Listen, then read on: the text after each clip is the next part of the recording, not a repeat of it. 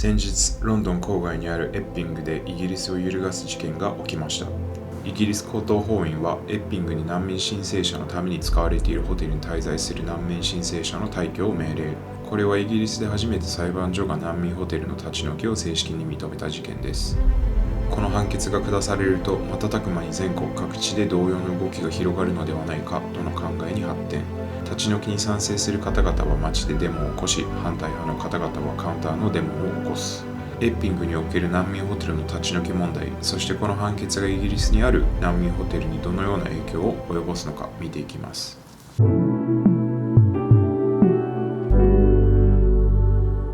皆さんこんにちは、シンです。今僕が来ているのはロンドン郊外にあるエッピングというところになっていて、ここが動画の冒頭でご紹介した難民ホテルの立ち退きが決まった街になります。で、実は今僕ちょうど別の動画を編集してたところなんですけれども、ここ数日この難民退去のニュースがですね、結構いろんなところであって、急遽こちらの動画をアップさせていただきたいなと思います。で、事の発端となったのは、難民ホテルに滞在していた難民申請者がですね、地元の14歳の少女に性的暴行を加え逮捕・起訴されてるんですよね。で、この方ってイギリスに到着して間もないっていうのが地元住民にバレてですね、地元住民からして非常に危険だと、こういうホテルがあってはならないっていうので、一斉の立ち退きっていうのを抗議していたような形になるんですよね。で、ここホテル前なんですけど、この辺とかなんですよね。まさにいろいろなデモが起こっていたっていうのは、今は立ち退きが決まったせいか、結構閑散としてます。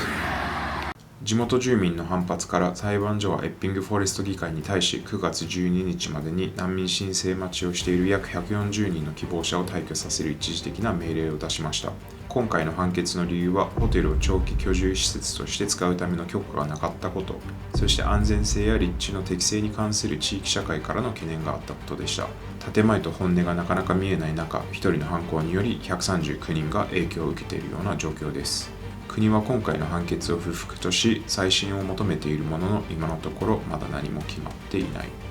エッピングをはじめ政府は難民申請者をどんどん地方自治体の宿泊施設に入れていたことから、地域は長い間それに対してずっと悩んでおり、反発をしていました。で、今回のエッピングの地元の方々の声が結果につながったっていうので、その難民ホテルの方々が全国で、反発の声っていうのを出していてですね、デモを起こしているような状態になっています。ただ全員が全員、エッピングも含めそうなんですけれども、町の住民全員が難民ホテルに反対かっていうと、そういうわけでもないみたいで、結局今回のこの裁判所の決断というのは、おそらく賛成派の方々は予想もしていなかったようなことなんですよね。なのでそういうことでなかなかこれまで声を出してこなかったんですけれども、今デモが起こっている中、カウンターのデモっていうのを賛成派の方々はやっているみたいです。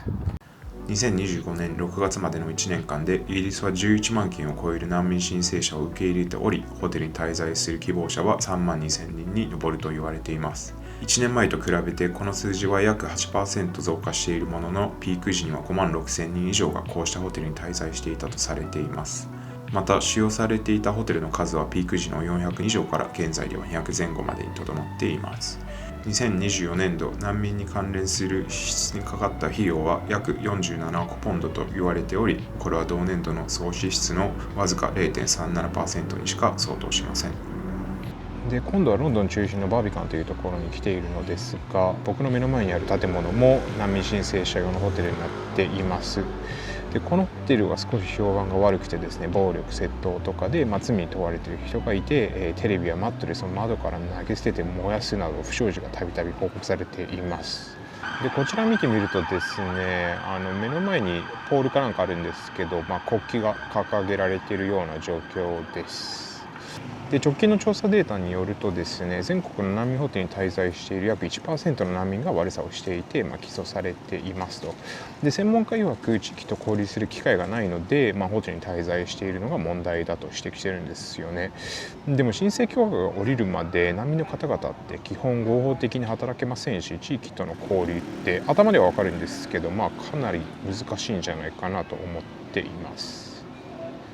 右派の方々における最大の不満は、これらホテルの宿泊費用、1人当たり1泊最大170ポンドもすると言われている中、他の住宅代替案を用いれば安いのではないかと指摘。そしてホテルで滞在する難民申請者には食事が提供されていることをはじめ、支援が納税者の負担になっていると主張し、問題の解決ではなく問題への対応と厳しく批判しています。対照的に左派は、彼らは危険から逃れてきた人々、問題の本質は難民希望者ではなく政府の体制にあると主張。ホテルは理想的ではないと考えるものの、少なくとも安全な避難所を提供することができて、恐怖ではなく人権を優先すべきとの考えがあります。で先ほど国内でいろいろなデモが起こっているって申し上げたんですけど、ここ数日ですね、イギリス全国計26カ所にわたる都市で反発のデモっていうのがありました。なんですけど、賛成派の方々がカウンターのデモをしてですね、場所によってはですね、本当にもう一触即発っていうような場面もあってですね、結構緊張していたような状態でした。なので結構国民の中で、分かれてはいると思うんですけれども、結構混在しているような状況なんじゃないかなと思います。で一部右の間の方でですね、その難民たちは豪華な生活をしているっていうような考えを持っている人もいるんですけれども、実際はそんなことがないみたいです。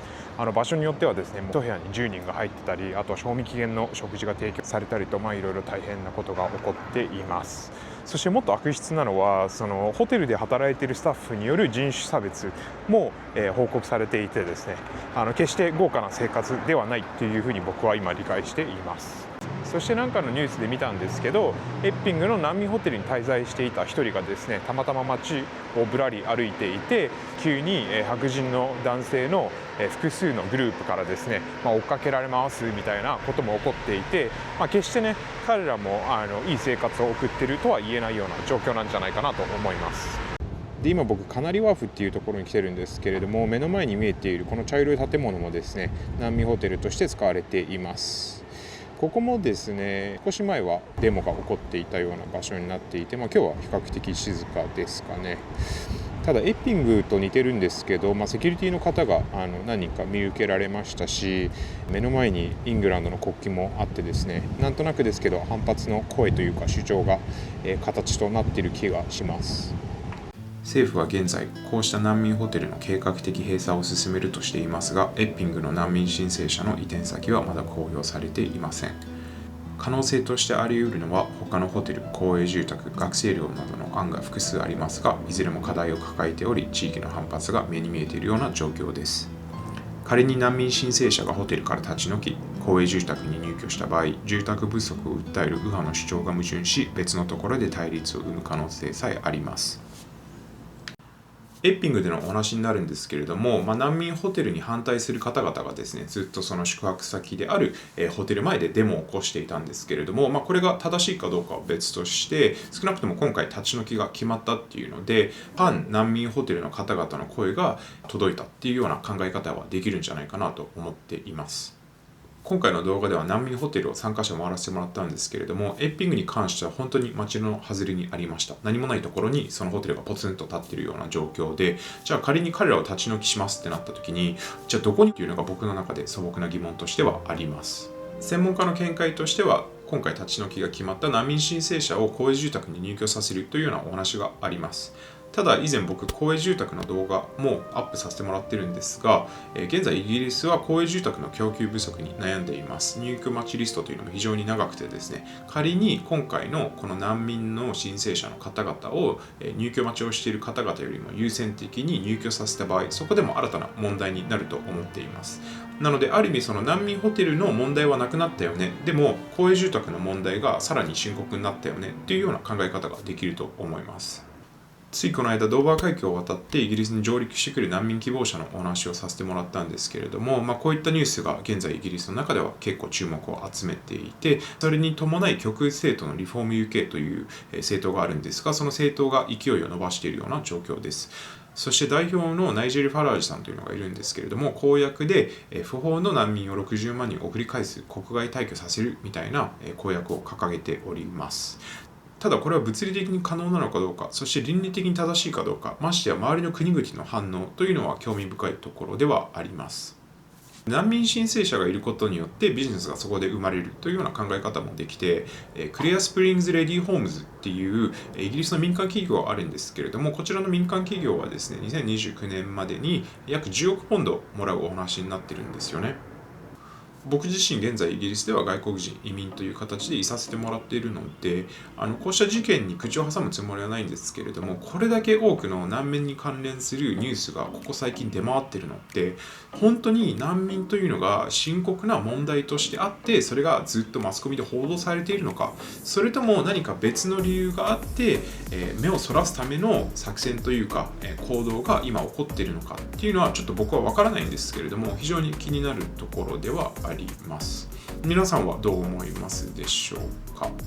ということで今回はエッピングにある難民ホテルが立ち退きが決まったお話についてでした。最後までご視聴いただきありがとうございます。